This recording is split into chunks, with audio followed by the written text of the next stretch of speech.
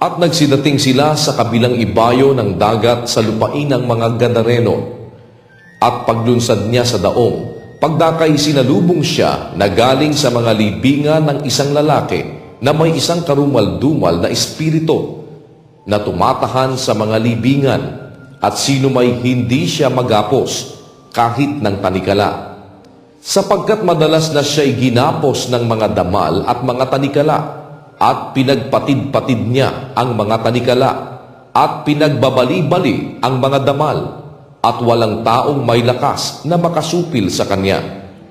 At palaging sa gabi't araw ay nagsisisigaw sa mga libingan at sa mga kabundukan, at sinusugatan ang sarili ng mga bato. At pagkatanaw niya sa malayo kay Jesus, ay tumakbo at siya'y kanyang sinamba. At nagsisisigaw ng malakas na tinig na kanyang sinabi, "Ano ang pakialam ko sa iyo, Jesus, ikaw na anak ng Diyos na kataas-taasan? Kita'y pinamamanhikan alang-alang sa Diyos na huwag mo akong pahirapan." Sapagkat sinabi niya sa kanya, "Lumabas ka sa taong ito, ikaw na karumal-dumal na espiritu." At tinanong niya siya, "Ano ang pangalan mo?" At sinabi niya sa kanya, "Pulutong ang pangalan ko, sapagkat marami kami." At ipinamamanhik na mainam sa kanya na huwag silang palayasin sa lupaing yaon. At sa libis ng bundok na yaon ay may isang malaking kawan ng mga baboy na nagsisipanghinain. At nangamanhik sila sa kanya na nagsisipagsabi, "Paparoonin mo kami sa mga baboy upang kami ay magsipasok sa kanila." At ipinahintulot niya sa kanila, at ang mga karumal-dumal na espiritu ay nangagsilabas at nangagsipasok sa mga baboy, at ang kawan ay napadaluhong sa bangin hanggang sa dagat, na sila'y may mga 2,000, at sila'y nangalunod sa dagat.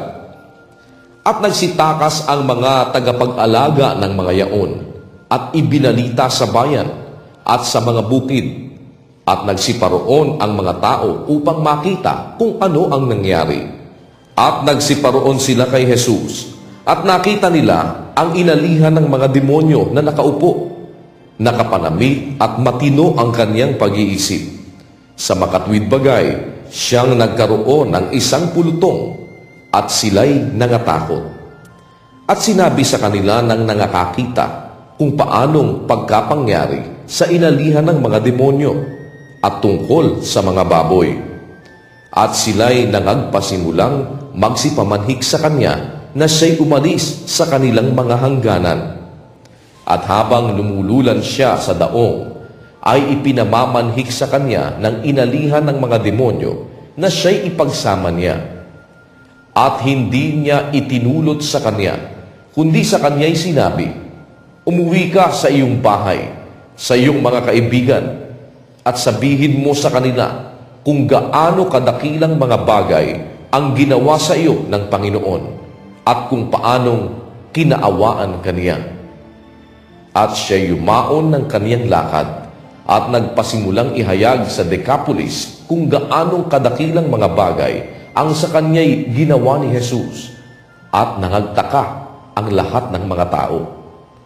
At nang si Jesus ay muling makatawid sa daong sa kabilang ibayo, ay nakipisan sa kanya ang lubhang maraming tao, at siya'y nasa tabi ng dagat. At lumapit ang isa sa mga pinuno,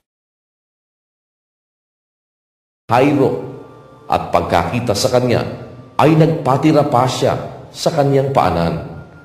At ipinamamanhik na mainam sa kanya na sinasabi, "Ang aking munting anak na babae ay naghihingalo. Ipinamamanhik ko sa iyo na ikaw ay pumaroon at ipatong mo ang iyong mga kamay sa kanya upang siya'y gumaling at mabuhay." At siya'y sumama sa kanya, at sinundan siya ng lubhang maraming tao, at siya'y sinisiksik nila. At isang babae na may 12 taonang inaagasan, at siya'y napahirapan na ng maraming bagay ng mga manggagamot, at nagugol na niya ang lahat niyang tinatangkilik, at hindi gumaling ng kaunti man, kundi bagkus pang lumulubha siya. Napagkarinig niya ng mga bagay tungkol kay Jesus, ay lumapit siya sa karamihan, sa likuran niya, at hinipo ang kanyang damit. Sapagkat sinasabi niya, kung mahipo ko man lamang ang kanyang damit, ay gagaling ako. At pagdakay, naampat ang kanyang agas, at kanyang naramdaman sa kanyang katawan na magaling na siya sa salot niya. At si Jesus, sa pagkatalastas niya agad sa kanyang sarili na may umalis na bisa sa kanya, ay pagdakay pumihit sa karamihan at nagsabi, "Sino ang humipo ng aking mga damit?"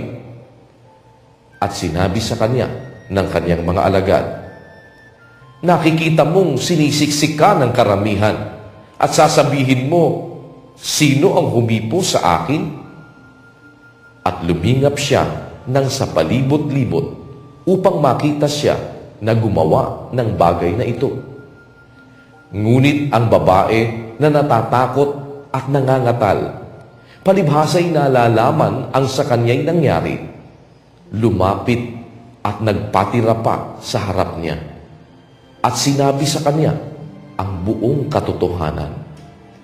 At sinabi niya sa kanya, "Anak, pinagaling ka ng pananampalataya mo. Yumaon kang payapa at gumaling ka sa salot mo." Samantalang nagsasalita pa siya, ay may nagsidating na galing sa bahay ng pinuno sa sinagoga na nagsasabi, "Patay na ang anak mong babae. Bakit mo pa binabagabag ang guro?" Datapwat hindi pinansin ni Jesus ang kanilang sinasalita at nagsabi sa pinuno ng sinagoga, "Huwag kang matakot, manampalataya ka lamang."